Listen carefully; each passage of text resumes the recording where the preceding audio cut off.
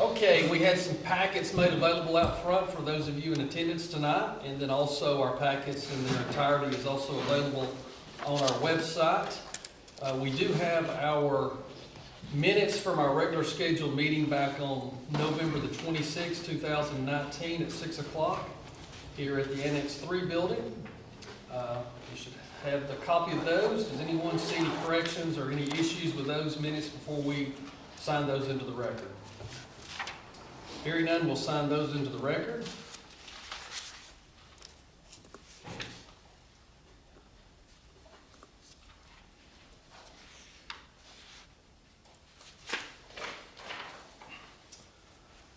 Okay, the first item we have on our agenda, item number 1, is agreement for consulting services between Walker County, Georgia and Atlantic Consulting Company for consulting services regarding the environmental monitoring for the Marble Top landfill site 1 and 2. We do have Payne Gilly with us tonight, our landfill director. Payne, could you give us just a brief overview of what this is for tonight? Yes, Commissioner, this is for environmental sampling and monitoring for our groundwater wells and for methane gas for the remainder of this year and next year. And it's a continuation of ongoing working relationship with ACC. They've done a good job for us, and we have a very fair and balanced contract with them. Okay, thank you. This is an ongoing working relationship. As Payne's mentioned, the county's been doing business with them for several years. And David Gottlieb, our attorney, has reviewed this and made some very good recommendations to some contract changes, which all of those were accepted in their entirety by the company. So at this time, we're going to go ahead and sign this into the record and accept this working agreement into our business.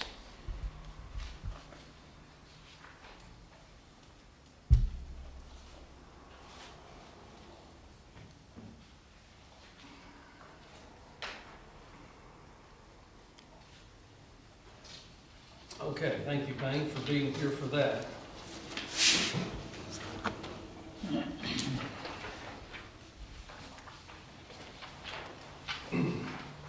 Okay, second item is an agreement for Kenneth Matthews, MD, and Brent Lee T. Medeiros, NPC, through the entry known as Ministry Medical International, LLC, entering into agreement to provide medical aid and treatment for persons confined in Walker County Jail.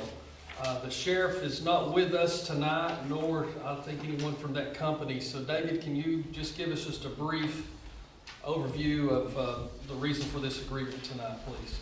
Sure. The county is required to provide medical treatment for inmates while they're incarcerated at our jail.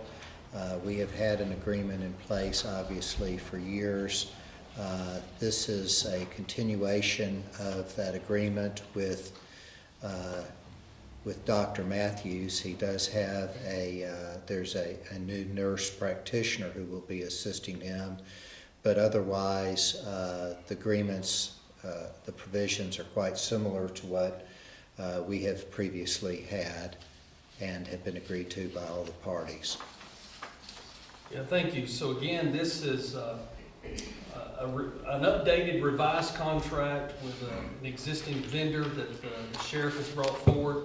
Any of these type of agreements have to be brought to our public meeting and also approved into the minutes by the governing authority. Again, I'll have to brag on David. He went through this agreement and made some enhancements and gave extra securities and protections and beefed up the insurance coverages and things on this agreement that had evidently been overlooked in the past. And so this gives us a very solid, very fair working agreement. So unless there's any questions, comments, or concerns, we'll approve this tonight and sign this into the record. Any questions or comments on this? Okay.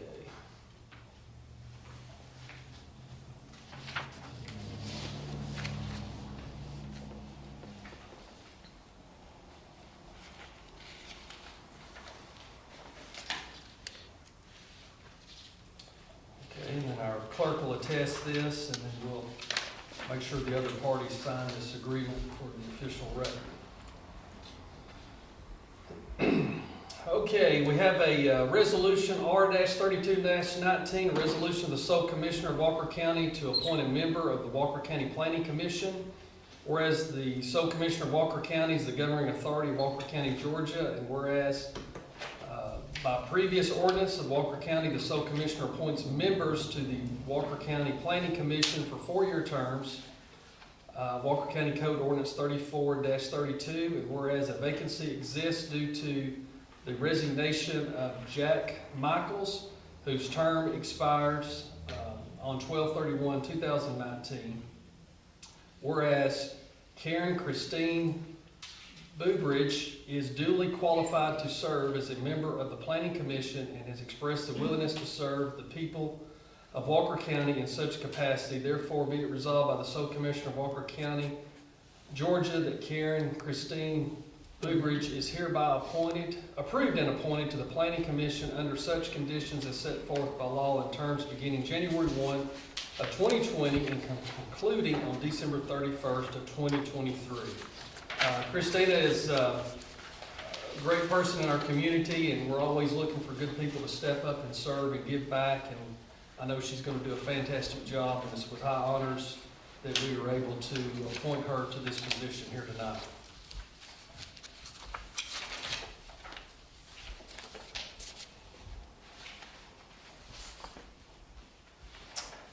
Okay, and we also in the packet, we have a letter to Christine.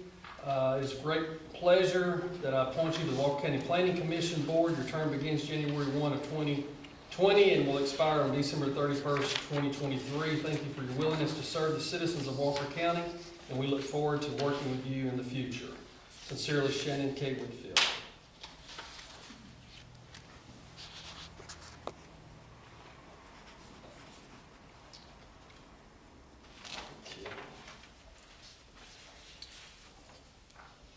Next item on the agenda is a resolution R-33-19, a resolution of the sole commissioner of Walker County to appoint a member to the Walker County Board of Tax Assessor.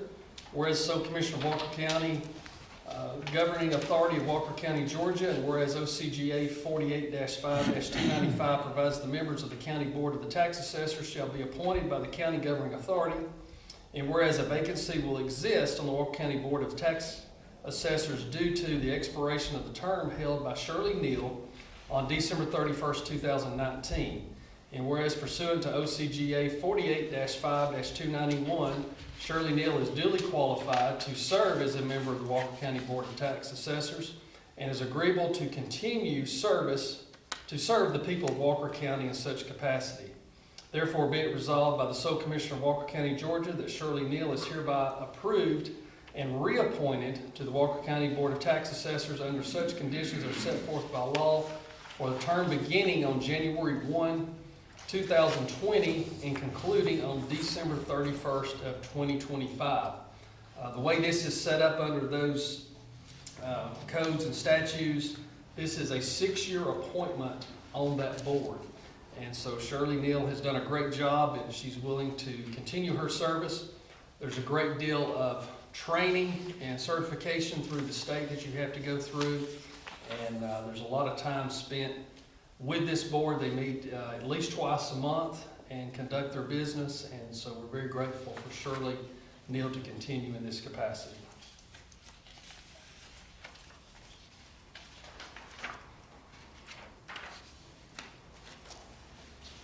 Attested by the clerk. We also have a letter to Ms. Neal. It's a great pleasure that I reappoint you to the Walker County Board of Assessor. Your term begins January 1, 2020 and expires December 31st, 2025. Thank you for your willingness to serve the citizens of Walker County, and we look forward to working with you in 2020. Sincerely, Shannon K. Whitfield.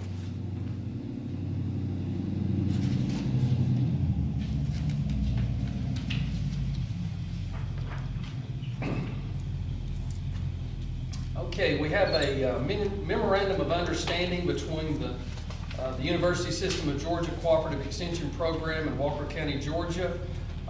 There's been a long-standing relationship with our Georgia Extension Office, or some people refer to as the Ag Extension Office. Wade Hutchison has been in that position now for, I think, probably a year and a half or so, and has done an outstanding job, but the university system always likes to have updated memorandums of understanding that outlines that relationship. You know, as it says in here, for over 100 years, UGA Extension has offered services in all 159 counties in the state of Georgia. So 100 years worth of relationships here that we're talking about. So this, I'm not going to read all of this. This is quite lengthy, but this just reaffirms our commitment, talks about how the compensation and pay is divided up, and then there is an exhibit attached to this, or excuse me, an addendum attached to this, addendum A, that shows the breakout in compensation of our commitment on the financial side of this being $38,637. So this is in their budget. This is not a budget amendment or any changes. This is just the university system trying to keep their paperwork current, keep it fresh, keep it relevant and up to date. And this is just really reaffirming everything that's already taken place. So essentially, there's not any changes. It's just getting the documentation caught up. Any questions or comments or concerns about that? Okay, we'll sign this to the record.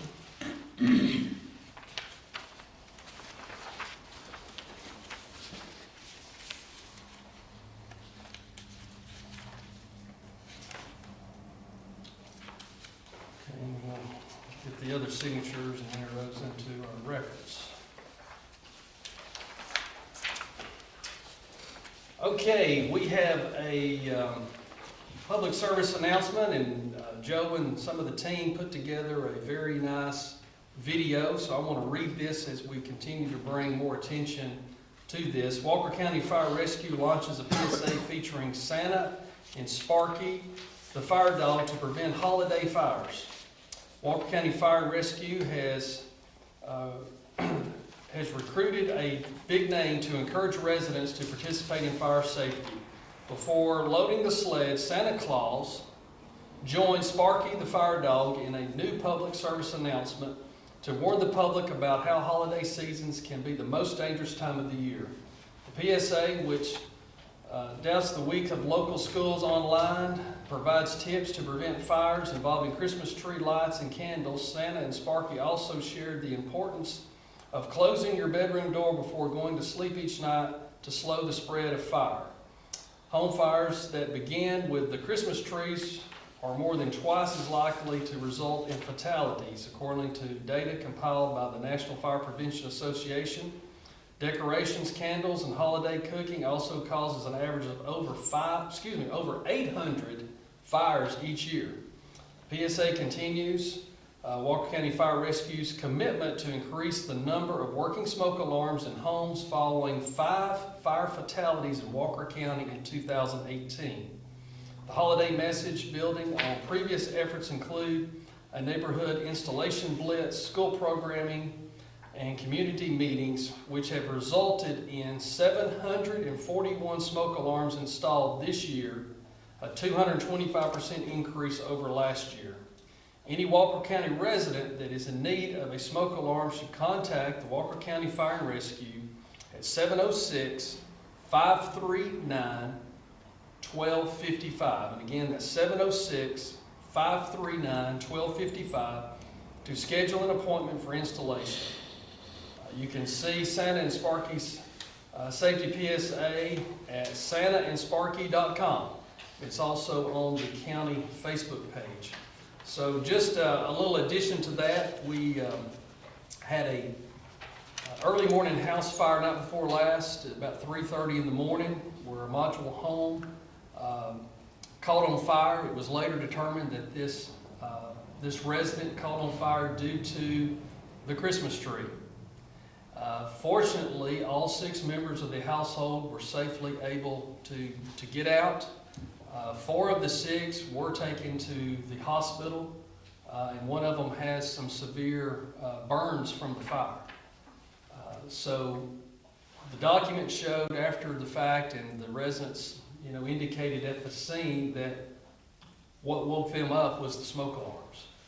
And so they went back and looked at the documentation and verified that back in October of 2018, that Regina Dorsey, who has headed up this program, had gone to that resident and properly installed 3 smoke detectors in that residence just a little over a year ago.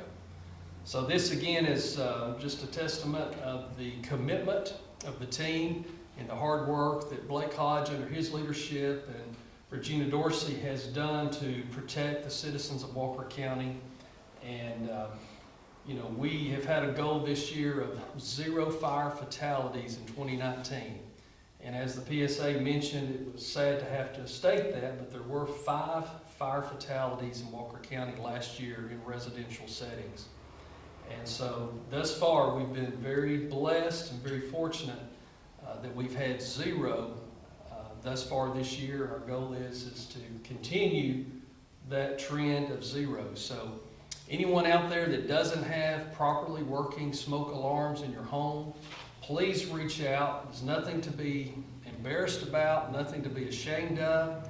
It doesn't have anything to do with the size of your residence, doesn't have anything to do with your income. This is a free service to protect you, the citizens of Walker County, and we'll have a couple of our professionals come out that will do an assessment, and however many smoke alarms you need to cover your house, that's how many they're going to put in. So it's not that you get 1 or 2 and we're going to try to sell you 2 or 3. That's not the way this works. There's no money involved at all. However many it takes to properly cover the residence is how many they're going to properly install. So please. Subsidized by the Red Cross. Yeah, we get grant funding from some local vendors, and also the Red Cross has given us grant funding. And I'm sure there's others, and we probably need to get a list of those and thank them publicly for that. But this is a great outreach program that was, I guess for lack of terms, kind of a grassroots effort from within the fire department itself, of something that they wanted to do to give back, to go over and above to provide safety for the community. So we're very grateful for what they have accomplished. Okay, the last item on our agenda is our statistical data report. We go over the first meeting of every month, where we kind of give a snapshot of all the positive things going on in Walker County. And one of the things that we have been focusing on for the last 3 years is our animal intake and how many animals we're able to save and place in homes or return to owners. So we had 97 dogs that come in and 32 cats. We had 80 of those be able to be placed on the dogs and 22 cats. Unfortunately, we did have to euthanize 1 dog and 1 cat, and those are only done if it's an aggressive situation or the animal is just a severe medical issue. And so the staff takes those very seriously as we focus on trying to get that number as close to 0 also as possible. Our code enforcement department had 759 inspections. They ended up having to write 11 citations. They were able to close 6 of those cases. Again, talking about our fire department, they answered 527 calls. So that was 527 times that somebody dialed 911 looking for service. And if you look at the history, in 2016, they answered 3,492 calls. This year already, they have answered 5,559 calls. And so they will break the 6,000 mark probably in December, which is going to put them close to double what they answered just 3 years ago. So a lot of those calls are non-fire related, fortunately, in a lot of ways. Many of those calls are calls for medical situations, lift assist, car wrecks, brush fires, car fires, a lot of things other than structural type fires. And so our team has to be very versed and very trained in not just firefighting, but also in other rescue techniques and also life-saving things for people having heart attacks and strokes and these type of things. They installed, just in the month of November, 52 smoke alarms. We documented 734 through the end of November at that point, and PSA was a little more up to date with 741 that had been installed at the time that was done. Our roadside trash, it was 9,820 pounds of litter picked up. Total nights stayed at Mountain Cove Farms continues to increase. Our team there does a great job. It was 184 nights stayed at Mountain Cove Farm, coming off of October at 91. So also there too, if you look back at the history, in 2016 there was 162 nights in 2016 for the entire year. 525 in 2017, 908 in 2018, and in 2019 already we've done 1,018 nights. So just, again, 3 years ago, 162, we're at 1,018. So I'll have to say it's pretty evident that Walker County does rock, doesn't it? Absolutely it does, All right. right. And Jenna and her team absolutely rock. Yes, they are rock stars. They have done a fabulous job, and we've learned that a lot of our guests that are staying there, a lot of that's repeat business. A lot of repeat customers come back because they have very good experience and they love the Cove. It's also always exciting to talk about single-family home construction. Even in November with the cold and the rain, there was 15 new permits pulled for single-family homes. So that means 15 people, or 15 families in particular, have decided that they're going to build a brand new home in Walker County. In October, there was 16 that's going to build brand new homes. So we've been averaging about 125 per year. That gets our 2019 total up to 122. So when we get our December numbers, that's probably going to push us over 130. We've added 117 new Facebook followers. Joe posted 39 unique Facebook posts, had almost 26,000 visitors to our website, added 13 new subscribers to our e-newsletter. Unfortunately, we still have to patch some potholes because we still are paving roads, and with about 700 miles of roads, we're still having to patch potholes, unfortunately, but at least we're getting it done. It was 243 in November. So that puts us at 5,850 potholes in 2019 that have been patched over and above the paving that we did. I think we did about 25 miles of paving. Our transit is still highly utilized at 2,114 trips, and that's getting us real close to about 25,000 trips for the year. So good report there, a lot of positive things going on in Walker County, and it's always exciting to me to look at that report each month. Okay, that officially ends our regular scheduled business of action items that we have tonight. We do allow at the end of the meeting each and every time for anyone that would like to come up to the podium and publicly speak. We would ask you to keep your comments directed to items about Walker County. We can't fix what's going on in Washington, so let's keep it local. And we would ask you to try to limit your comments as respect to everyone's time to about 5 minutes. And we ask you also to state your name so we can all hear, and so Joe can pick that up on the camera. So if there's anybody that's here tonight that would like to come up and address the team, we'd be happy for you to make your way up and give you the floor. No one's running up. Come on up. State your name, please. I'm Vicki Mills, and I live at the top of Nickajack Road. And the paving and all they laid the road. It's beautiful. It's nice and rough, not smooth, and it's got all those little grooves on the middle and side. There's just one little area that needs fixing. It's the guardrail that was crashed at the very top of the final S-curve, and that's been like that for over a year and a half. So I don't know if that was part of something they're gonna fix or what, but it really does need to be fixed because a lot of the accidents happen right there. Yeah. And then it's a sheer drop off. Yeah. So that's Yeah. the only spot. Sure. Yeah, that project is still ongoing. Okay. I don't think they've put the new reflectors down yet, have they? They've done one side. One Yeah. side? Yeah. So there's new reflectors Yeah. going down, the thermoplastic paint, has it been It's completed? completed. Yes. It's completed? Yes. They're putting all new road signs up as well under this project. And then once all that's completed, then we're gonna come back and fix and replace any of the guardrail that needs to be done. Okay. Because there definitely is some Okay. damaged guardrail. So the guardrail is gonna be the very last thing Okay. that gets done. Okay, and my other question is, we had 2 tractor trailers in the past, like I think it was in September, in 2-week time, 2 different ones. They just like popped over because of the torque in the road. And so I know I had spoken to you about this.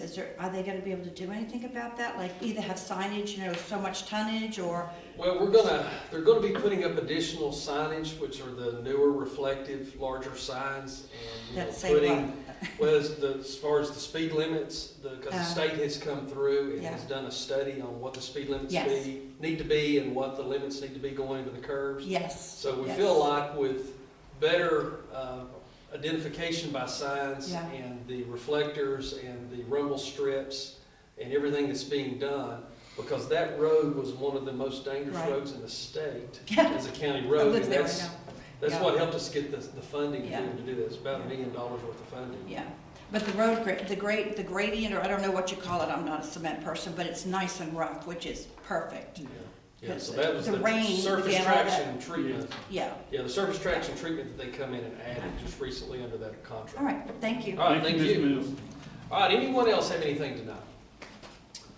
All right, well, it is 6:27. We thank you all for being here tonight. We hope everyone has a safe travel home. And we wish you all a Merry Christmas and a Happy New Year's. And we look forward to being back here in January and hope you can join us at our meetings starting up in January. Merry Christmas, Merry everyone. Christmas. Have a good evening. Thank you.